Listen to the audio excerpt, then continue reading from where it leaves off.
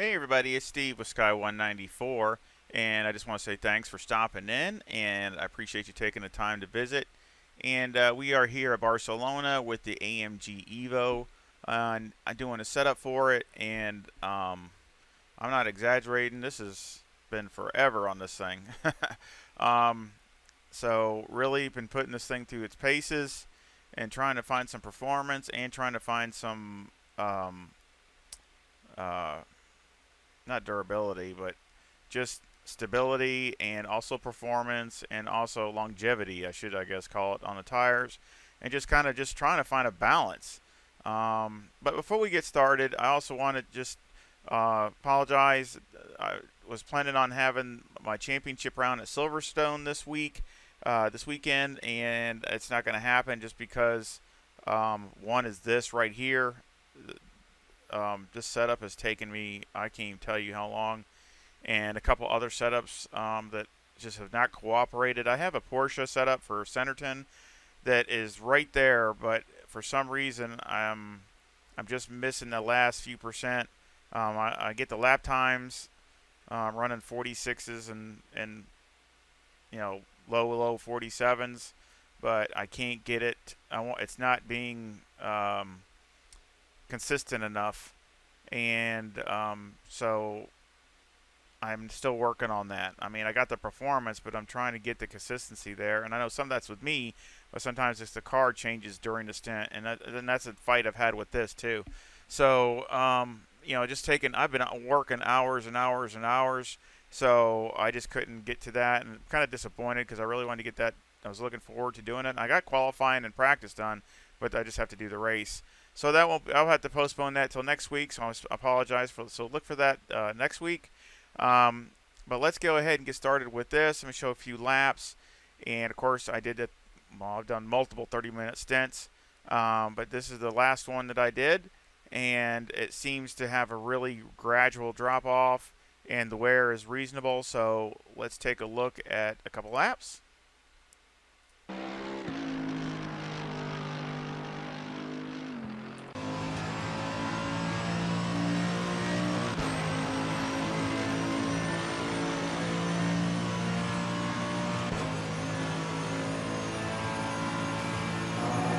Good speed down the straightaway. So it's really balanced as far as handling and speed.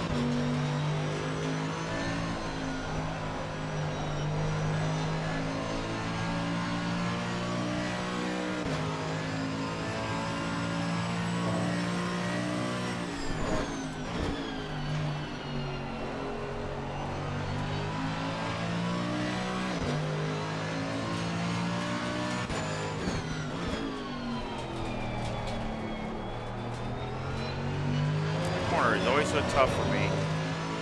It's hard to decide if I'm going to be first or second.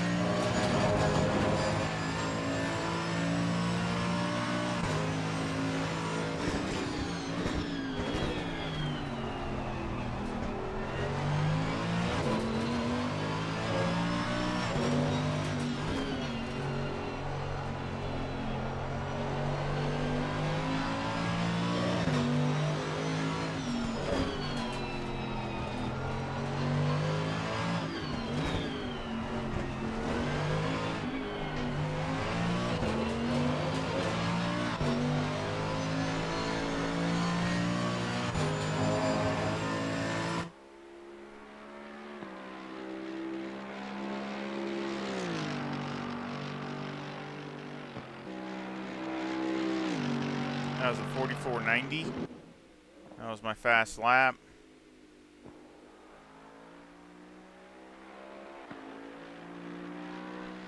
I had a lot of opportunities. I should have, to run basically that, but it's just, a little hiccup here, a little slide there, and you end up running a low 45 or something. So it's just one of those things. It's definitely there in the car.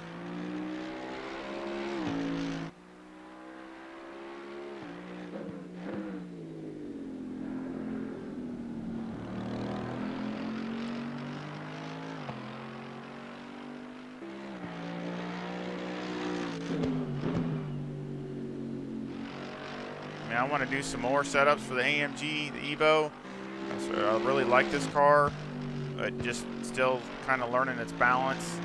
And so please comment. Any feedback or comment would be appreciated. I mean, as far as if there's any tracks that anybody would like to have a setup for over one other.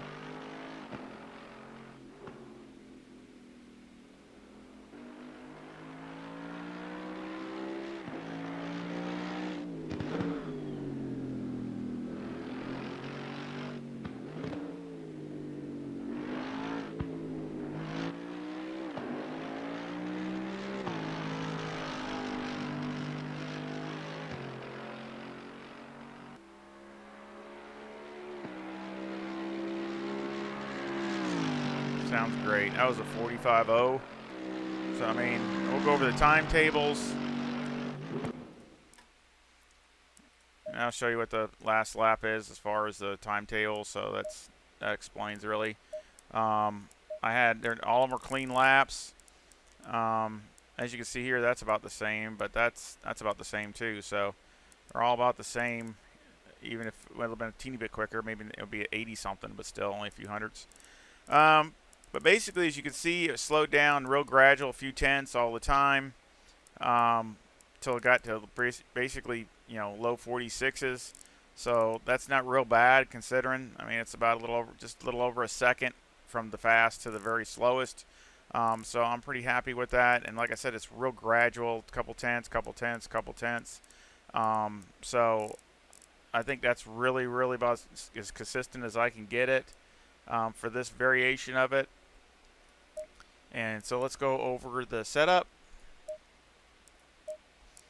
Tires are 25.1 left front, 25.5 left rear, 26.9 right front, and 26.7 right rear. The toe is a negative 0.05, with the camber at negative 3.6 for the left front, negative 3.5 for the right front. The caster is 12.1.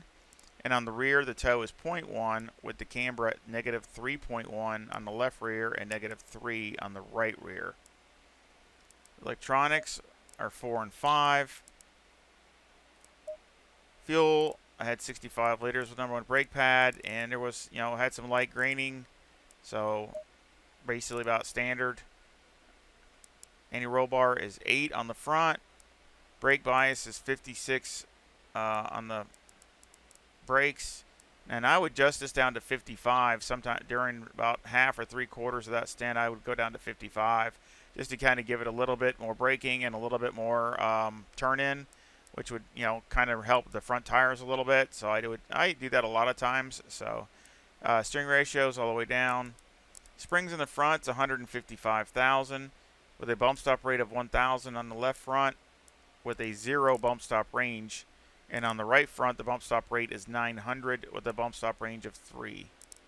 On the rear, the springs 119,000 with a bump stop rate of 700 on the left rear and a bump stop range of 5. On the right rear, the bump stop rate is 600 and the bump stop range is 15. The roll bar on the rear is 5 and the preload on the diff is 40.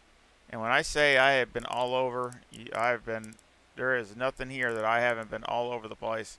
Really trying different things. This preload on the diff, I've been up and down, and same thing with the sway bar. Springs, I've tried. The only thing that's probably consistent is these springs. I did go down 1 and didn't seem to help at all. And so this, though, these front springs, I've gone down lower, higher, all over, and it definitely would increase the wear, especially when you went higher. It started wearing worse. So it was actually, you're right on the verge of either one. So if you don't like the way it feels, you can go down 1. So you can go either way. I really didn't see it felt a little better this way, but the performance-wise, it's probably about the same. But if you go higher, you're gonna blister the tire. That's what happened. I had it higher, I had it there, and it basically grained the tire, and I had a blister on the one on the left front on this one. So you don't want to run it higher. You can't run it higher. This is as high as you can go. You can go lower, but you just can't go higher. So onto the shocks. On the front, I have 5, 4, 8, and 7. And on the rear, it's 4, 3, 7, and 8. Actually, that's supposed to be 7. Aero, I have 48 on the front and 77 on the rear ride heights, and 7 splitter in the front and 5 on the rear wing, and a 4 and a 3 in the brake ducts. This here, the splitter and all these things, I have been everywhere. I've had more wing. I've had ride heights have been all over. I've had the ride height up to 50 and down to 49, now 48, and trying to get, trying to get the front end to just grip and keep, and keep the wear as best I can. So, usually it helps if you put, put more up on the front end. So that's what I've been trying to do. Of course, now you got to watch the, it goes over all the curbs that you saw. It goes over all the curbs fine, but you definitely don't want to catch a couple of those ones that'll catch you. And I guess I'll show you that. We'll go look at this last lap, and I'll tell you if you're not familiar with it.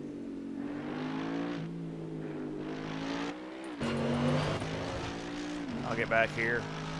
A lot easier.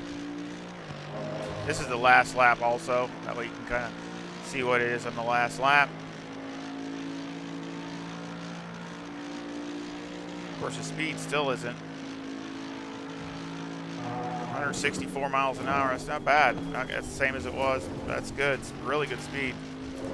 Okay, now this first one you got to watch out definitely is this one right here. You got to be really careful with this curb. You can barely touch it, but that's about it, because if you get on too much, it'll just want to pull you into the grass. So you just want to be a little careful of this inside curb.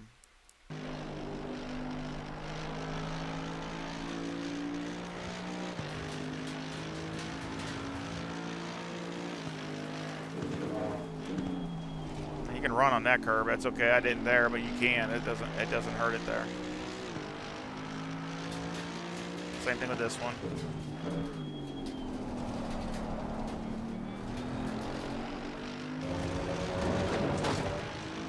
So you can run over everything. It doesn't upset the car.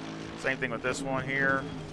You can run over that. I ran over that one. It's fine. Just right over here. Doesn't, no big deal. Now this is the other one. This inside curb here, you definitely don't want to just be on top of it, because if you do, it's gonna probably turn the car into this wall over here. So if you barely touch it, you're all right. But I mean, if you get more up on it, it's probably gonna catch it. Going over that's fine.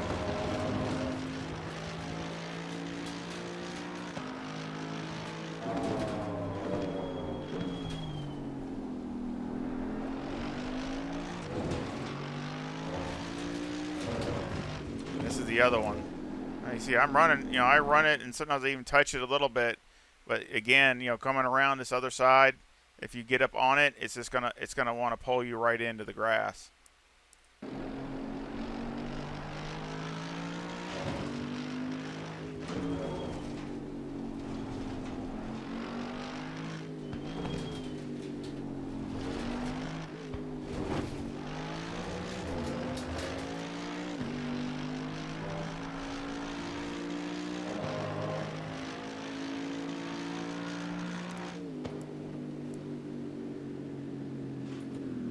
Like I said, that was a 46.11. So, I mean, that was a 46.11, and that was the last lap. So, like I said, just a little over a second difference.